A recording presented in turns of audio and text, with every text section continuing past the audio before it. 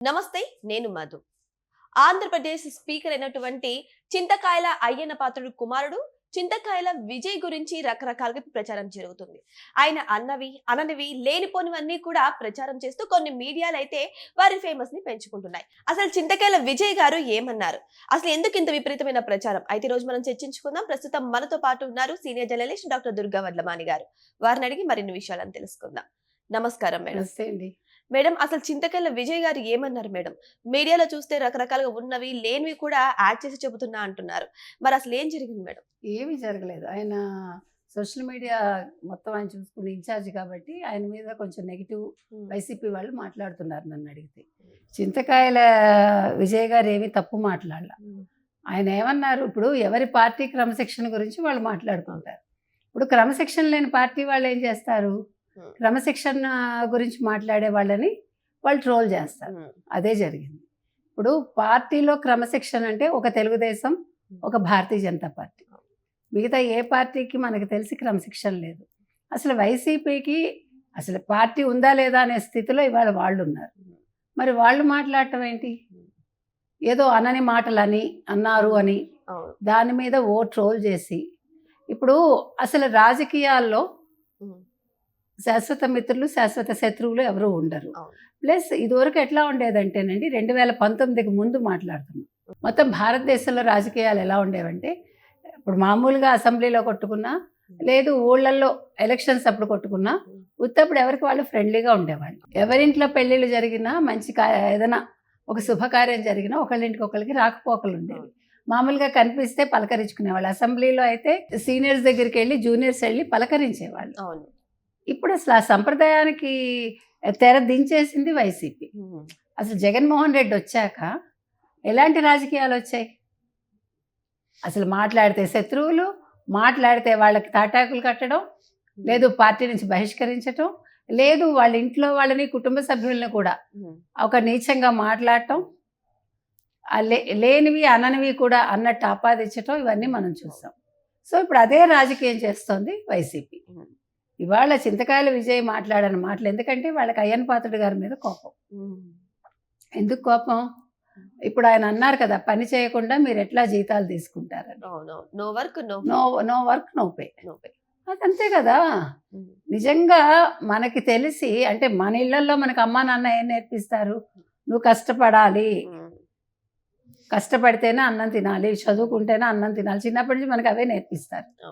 నువ్వు ఎక్కువ పని చేయకపోతే తక్కువ తినంటారు, సోమరిగా ఉంటే ఎక్కువ తినకూడదు అంటారు. ఇవి మనకి నేర్పించారు. ఎందుకంటే మన అందరం కష్టపడి పైకి వచ్చిన వాళ్ళం, కష్టపడుతున్న వాళ్ళం. కానీ అపరంగా డబ్బు వచ్చేసిన వాళ్ళకి ఎలా ఉంటుందంటే, డొల్ల కంపెనీల ద్వారా 43,500 కోట్లు వస్తే ఎలా ఉంటుంది కదా, వాళ్ళకి ఏం మాట్లాడాలో తెలియదు, ఏం చెప్తారో తెలియదు. వాళ్ళకి అది కూడా అవసరం లేదంటున్నారు కదా మేడం. శాలరీ అవసరం లేదు. ఎందుకుంటుంది శాలరీ? ఇప్పుడు నీకు డబ్బులు ఉన్నాయి, ఎవరి సొమ్మది? మంది సొమ్మే, లూటీ చేసిన సొమ్మే కదా, అందుకని నీకు శాలరీ వద్దంటావు. అదే ఇప్పుడు మరి మిగతా ఎమ్మెల్యేలకు కావాలి కదా కొంతమందికి, అందులో సాధారణ కుటుంబాల నుంచి వచ్చిన వాళ్ళు ఉంటారు కదా. అయినా ఒకటండి, నీ ఎమ్మెల్యే గురించి నువ్వు ఎట్లా డెసిషన్ తీసుకుంటావు అంటే ఇక్కడ మోనోపోలీ.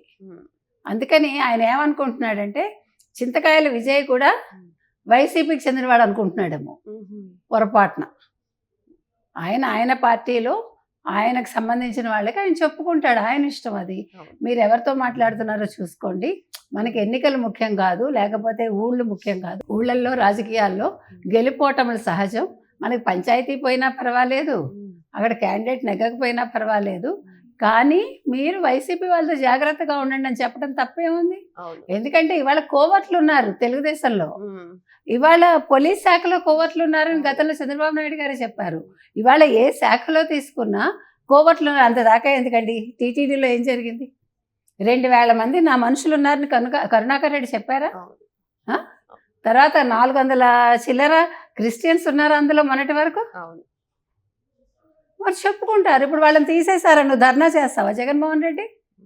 ఇప్పుడు టీటీడీలో 400 చిల్లర ఎంప్లాయీస్ని వేరే చోటికి బదిలీ చేయటమో లేదు వాళ్ళకి మరి ఏం చేస్తారో డెసిషన్ తీసుకుంటే నువ్వు ధర్నా చేస్తావా? నీకు హక్కు ఉందా? కాబట్టి ఇవాళ చింతకాయల విజయ్ని వీళ్ళు కావాలని బదనాం చేయాలని చూస్తున్నారు. ఆయన అనని మాటలు అన్నారని, తర్వాత మహిళల్ని చీర కట్టుకుని కూర్చుంటారా మహిళల్లాగా అన్నారని, మహిళల్ని కించపరిచారని వైసీపీ వాళ్ళు అంటున్నారు.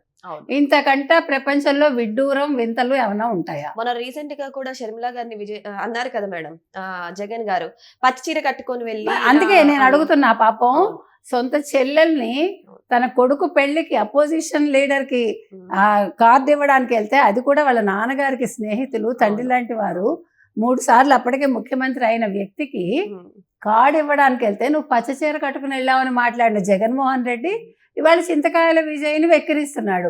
ఆయన ఏదో మహిళల్ని కించపరిచారంటున్నారు. అసెంబ్లీ సాక్షిగా మీరు ప్రతిపక్ష నేత భార్య గురించి నీచంగా మాట్లాడితే మహిళలు కూడా నోరు విప్పలేదు. నువ్వు ముసిముసి నవ్వులు నవ్వుకున్నావు. నువ్వు మాట్లాడేటువంటి, మీరు ముందు సిగ్గు తెచ్చుకోండి. మీరు అసలు మనుషుల గురించి ఆలోచించండి. మీరు మనుషులే కాదు కాబట్టి ఇవాళ చింతకాయల విజయ్ గారు ఎవరైతే ఉన్నారో ఆయన ఏమి సమాధానం ఇవ్వక్కర్లేదండి దీని మీద. ఎందుకంటే అసలు మన వైసీపీ వాళ్ళకి సమాధానం ఇవ్వడమే. ఇప్పుడు ఒక పార్టీ అన్నాక ఒక క్రమశిక్షణ, ఒక పద్ధతి, ఆడవాళ్ళ గౌరవం, నైతిక విలువలు ఇలాంటివి ఉన్న వాళ్ళతోటి మనం మాట్లాడచ్చు. కాబట్టి అవేమీ లేని పార్టీ గురించి లేదా జగన్మోహన్ రెడ్డి గురించో మరొకరి గురించో మనం వాద వివాదాలు చేసుకోవటం అనవసరం అండి. ఇక్కడ చింతకాయల విజయ్ గారు వాళ్ళ పార్టీ వాళ్ళకి చెప్పుకున్నారు. క్రమశిక్షణ గురించి మాట్లాడే హక్కు ఆయనకు ఉంది వాళ్ళ పార్టీలో. ఎందుకంటే తెలుగుదేశం అనేది వ్యక్తుల కంటే వ్యవస్థకి ఇంపార్టెన్స్ ఇస్తుంది. ఇక్కడ ప్రతి ఒక్కళ్ళు నీతి తప్పితే మరో నిమిషం చంద్రబాబు నాయుడు గారు ఊరుకోరు. వాళ్ళని పార్టీ నుంచి పంపించేస్తారు. పదవులు ఉంటే పదవులు తీసేస్తారు. వాళ్ళు ఏం ఆలోచించరు.